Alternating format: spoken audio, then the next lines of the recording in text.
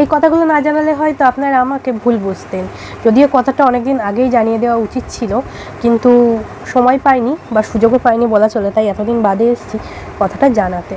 তো বেশি ওয়েট করাবো না, তো চলুন শুরু করা যাক।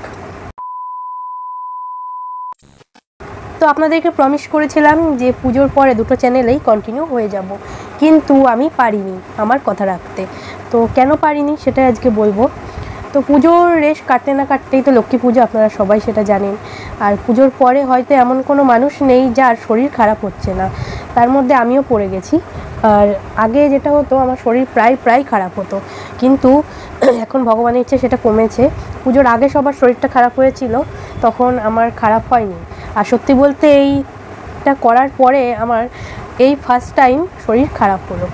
তো শুরু থেকেই বলি, পুজোর সময় সেরকম বাইরের খাবারও খাইনি, আইসক্রিমও খাইনি, শুধু নবমীর দিন রাতের বেলা খেয়েছিলাম।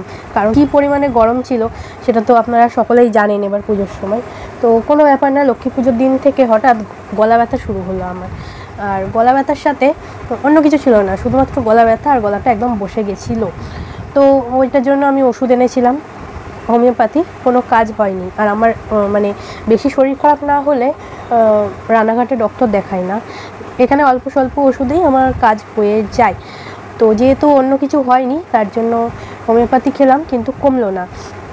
তারপরে আমার এক জামাইবাবু আছে, সে খুব ভালো ওষুধ দেয়, তো তার ওষুধ খেয়েও আগে যতবার একটু আধটু হয়েছে কমে গিয়েছে। তো তার ওষুধও 2-3 দিন খেলাম, কিন্তু কোনোভাবে গলা ব্যথা আমার কমলো না। এবার সবচেয়ে বড় ওষুধ হচ্ছে গলা ব্যথার গার্গেল করা আর গরম জল খাওয়া। আর আমার গলা ব্যথার সাথে সাথে যেটা হচ্ছিল, খুব উইক হয়ে গেছিলাম, প্রচণ্ড উইক হয়ে গেছিলাম, আর জ্বরটা ঠিকঠাক হচ্ছিল না। ঠিক এই কারণে জয়েন্টে প্রচুর ব্যথা ছিল। তো দুপুরবেলা খাবার রান্না হয়ে গেছিলো, তারপরে আমি যাই গরম জল করতে।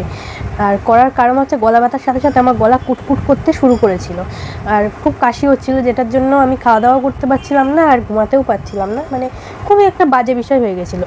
তাই দেরি না করে আমি যাই গরম জল করতে, কারণ এইটুকু তো বেসিক জিনিস সবাই পারে করতে না। তো আমাদের বাড়িতে একটা সসপ্যান আছে যেটাতে চা করা হয়, গরম জল করা হয়, মানে সব কিছুই করা হয়। তো সেই দিনই যে গ্যাস লাইটার হয় সেটা গেছিলো খারাপ হয়ে। তো সবাই কি করছিল, ওই গ্যাসটা অন করে নিয়ে একটা কাগজে আগুন দিয়ে ওভেনের ওপর দিচ্ছিলো, তো আগুন জ্বলে যাচ্ছিলো। তো আমিও সেটা করি, তো নর্মালভাবেই করি, পারি না যে তা না, ঠিক আছে। তো করার সময় আগুন এরম করে আসে, মানে আমার মুখটা একটুর জন্য পড়েনি শুধু, ঠিক আছে, খুবই ভালো বিষয়। গরম জল ধোতে তো আর বেশি সময় লাগে না। তারপর গরম জলটা আমি ঢেলেছি, ঠিক আছে, ঢালার পরে সসপ্যানটা, ওই গরম সসপ্যানটা উল্টে আমার হাতে চলে এসেছে। বেশিক্ষণ যে লেগেছে তা না, জাস্ট ছ্যাঁকা লেগেছে। আর এই যে তোর অবস্থা, আমি পাশে ছবি দিয়ে দিচ্ছি যে প্রথম দিন ছ্যাঁকা লাগার পরে কি হয়েছিল, মানে জায়গাটা পুড়ে গেছিলো আর একদম লাল হয়ে গেছিলো।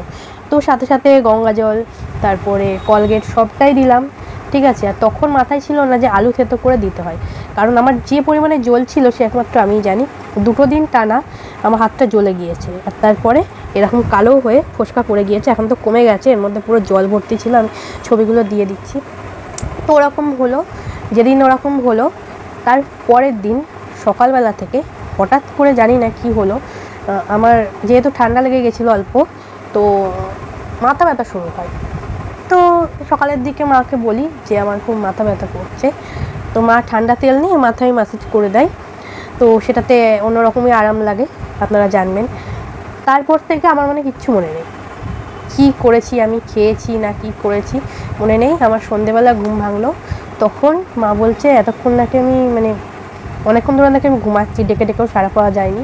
মা তো মানে ভয় পেয়ে গেছিলো, ভয় পাওয়াটাই স্বাভাবিক, যে তেমন কিছুই না, তার থেকে এত বড় কিছু হয়ে গেল। তো তখন থেকে আমি ফিল করলাম আমার গলা দিয়ে আর আওয়াজ বেরোচ্ছে না, আর প্রচণ্ডই ঠান্ডা লেগে গেছে, নিঃশ্বাস নেওয়ারও আমার ক্ষমতা নেই, আর ওঠার ক্ষমতা তো ছেড়েই দাও, একদম ছেড়েই দাও ওঠার ক্ষমতা।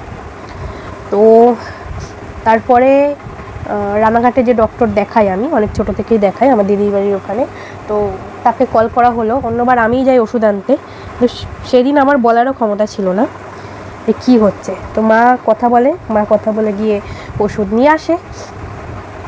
তো ওষুধ খাওয়ার পরে 3 দিন পর থেকে একটুখানি আমার গলা দিয়ে আওয়াজ বেরোচ্ছে। তো তারপরেই একদম ভিডিওগুলো দিচ্ছি, তোমরা দেখতেই পাচ্ছ।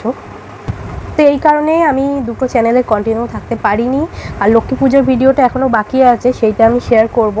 এবার ইনফর্ম না করে যদি শেয়ার করতাম, তোমরা তো বলতে এই কথাটা যে কালী পুজো চলে এলো, এখন লক্ষ্মী পুজোর ভিডিও দিচ্ছে। তো আগে থেকে এর জন্যই জানিয়ে দিলাম। আর এখন একটু বেটার আছি আমি, পুরোপুরি ঠিক হয়নি। আর যাই হোক, কালী পুজোর অগ্রিম শুভেচ্ছা জানাই আপনাদের। আর আপনারা খুব ভালোভাবে পুজোটা কাটান। আর আমার চ্যানেলে চোখ রাখুন, অনেক ইনফরমেশন, অনেক ভিডিও আপনাদের সাথে শেয়ার করার আছে। তো নমস্কার।